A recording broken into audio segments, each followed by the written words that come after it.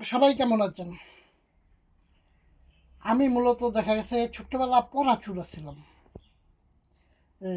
প্রশ্নের উত্তর বানায় টানায় লেখা। তো আমি যখন ক্লাস 6-এ পড়ি তখন আমার এক ভ্যাংকার মামাতো ভাই গেলাম বেড়াইতে। তো ওই সময় আমি পরিবেশ পরিস্থিতির কারণে স্কুলে ভর্তি হইনি, কিন্তু আপনার টিচার দ্বারা লেখাপড়া করি আর কি, শুধু বাসায় থেকে।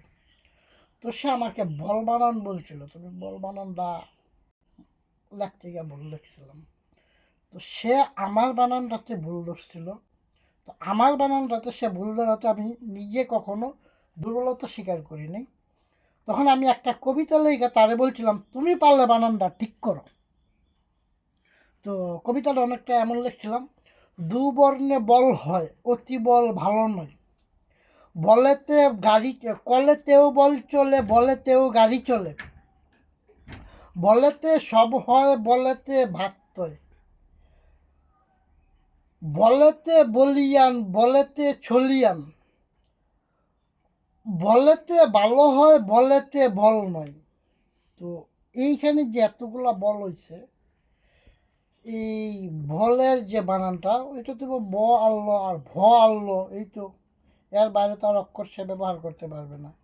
কিন্তু প্রথম যে ব্যাপারটা হইলো, দুবর্ণে বল হয়, মানে বল শব্দটা লিখতে হলে দুইটা বর্ণ লাগে। অতি বল ভালো নয়, এটা শক্তি বোঝায়।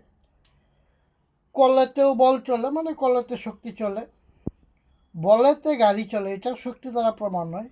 কিন্তু দেখা গেছে বলেতে ভাত হয়, এটা কি, এই একটা পাতিলের একটা অংশ, মানে মহিলারা রান্না করে। আবার দেখা গেছে বলছি বল দিয়ে খেলে, এমন অনেকগুলো ইউনিয়া ছন্দ যা লিখছিলাম। তখন আমার মামাতো ভাইয়ের লেখাটার ভিতরে 100 নাম্বার দিছে, মানে আমার ছন্দগুলো সুন্দর হয়েছে। আর বিনিময়ে কইছে, তোর 2 ঘন্টা জুলাই বাইরানি দরকার, কারণ তুই শব্দের তারতম্যের মার পেস, বানান পারস না দেখিয়া তুই আজকে আমার সার্টিফিকেটটা তুই ডাউন করে দিতে চাইতেছ। তো ওই কথাটা বলার পিছনে একটাই কারণ, সামান্য শব্দের একটা তারতম্য। 2024-এ আমরা একটা শব্দ শুনছিলাম, সেই শব্দটা হইল স্বৈরাচারী শেখ হাসিনা ছাত্র জনতার উপর হামলা করছে, যার কারণে দেশবাসী মিলে হাসিনারে লামাইলেন। 2026 সালে একই শব্দের তারতম্য কিন্তু চেঞ্জ হয়ে গেছে। গতকালকের ঘটনা দেখতেছি, ফেসবুকে আইতেছে পুলিশ ছাত্র জনতার উপরে হামলা করছে। তে তখন কি শেখ হাসিনা গিয়া বেরিয়েছিল, নাকি এই এখন পুলিশ গিয়া বেরিয়েছে, কোনটা? বিষয় কিন্তু একই। হাসিনার আমলেও পুলিশ পিটাইছে, ইনুসের আমলেও কিন্তু পুলিশেই পিটাইতেছে। তো ইনুসের আমলে কেন বলা হইতেছে না যে উপদেষ্টা কমিটিরা পিটাইতেছে? এই ছোট্ট যে রহস্যটা, এই একটা দাড়ি আর একটা ক্ষমার লাগা ব্যাপারটা অনেকটা এমন হয়ে গেছে, এখানে কেউ প্রস্রাব করিবেন না, তারপরে একটা ছোট্ট ক্ষমা হইব, তারপরে লেখা হলো করিলে 500 টাকা জরিমানা। কিন্তু শব্দটা সামান্য একটু চেঞ্জ হয়ে যায়, এইখানে প্রস্রাব করিবেন একটা ক্ষমা দিল, সেখানে আবার লেখা দিল না করিলে 500 টাকা জরিমানা, মানে ইচ্ছে হোক ইচ্ছে প্রস্রাব করতেই। তো সামান্য ধারী কমানিয়া কি রাজনীতি চালাই লইব? কারণ বাংলা ব্যাকরণ আর রাজনীতি কি এক? এখনই সময় দেশবাসী সচেতন হন, কারণ 24-এর আন্দোলনের ব্যাপারটা অনেকটা এমন, অনেকগুলা মহিষ শিয়াল মিলে একটা চুক্তি করলো। চুক্তিটা হইলো অনেকটা এমন, কয় আয় আমরা সবাই মিললে সিংহরে তাড়ামো। এখন সিংহরে তো তাড়াইলো, এখন সিংহরে তাড়াইলে পরে এখন বনের একটা রাজা হইতে হইব না।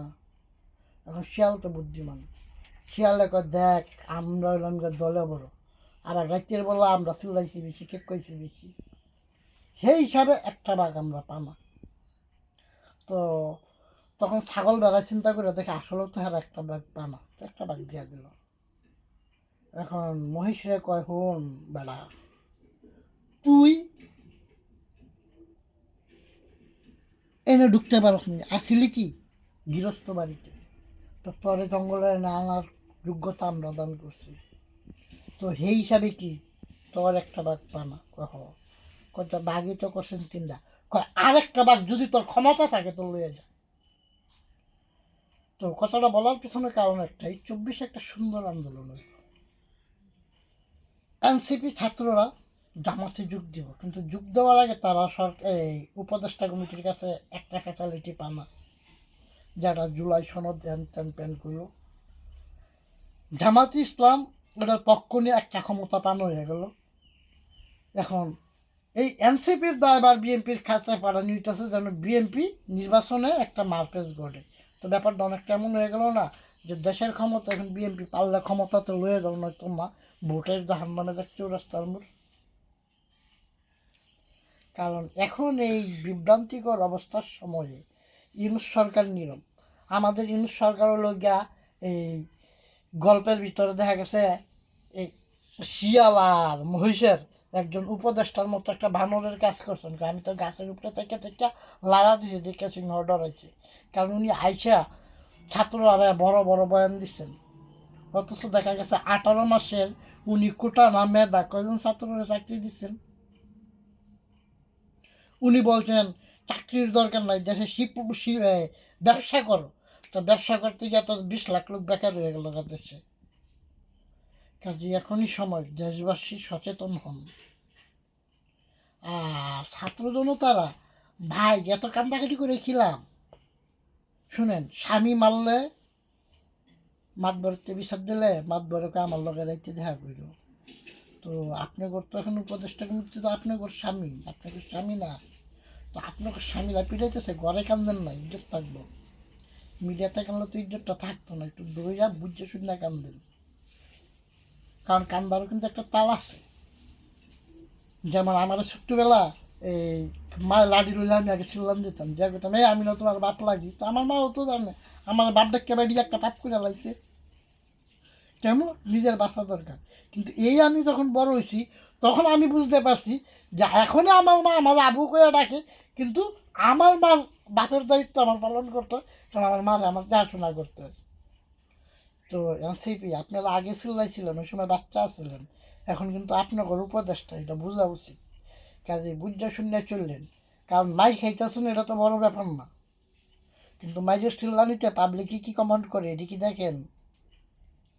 সবাই ভালো থাকেন, মালিক সবাই সুবুদ্ধি দান করুক। আর আমার কথাতে কোনো ভুল ত্রুটি থাকলে কমেন্টে জানাবেন।